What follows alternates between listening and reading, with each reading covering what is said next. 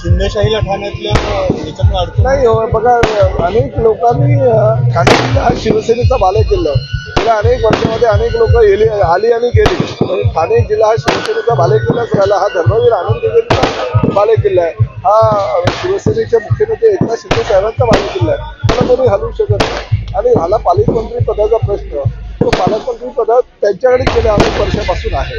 आणि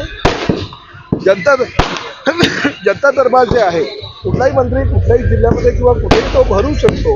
कारण त्याला प्रत्येकाला आपलं पालकमंत्रीपद सिद्ध करायला किंवा आपलं मंत्री आहो हे सिद्ध करायला किंवा त्या ठिकाणी आपण करत असलेली कामं लोकांपर्यंत माहिती सरकारचं जे काम आहे ते पोहोचवायला त्यांनी जर सरकार घेतलं तर काही चुकीचं नाही आहे.